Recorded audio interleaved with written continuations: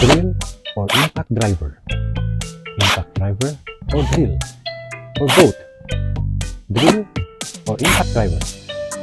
Hi, this is Jay Torres of Would You Like to Make? Drill or impact driver? What is the difference between them? As a woodworking DIYer, which one do you need or should buy? Do you still need an impact driver if you have a drill? Or do you still need a drill if you have an impact driver? What is the specific use or purpose of these two power tools? Why would you buy an impact driver if the drill can also be used for driving screws, bolts, or nuts? And why would you buy a drill if the impact driver can also be used for drilling? Are you confused by what I'm saying? Actually, me too. So stay tuned for my next video and we'll discuss which of these two power tools you need. Or do you need both? Drill or impact driver? Impact driver or drill or both? But what if your budget is limited? Anyway, see you! Drill or impact driver? Impact driver or drill?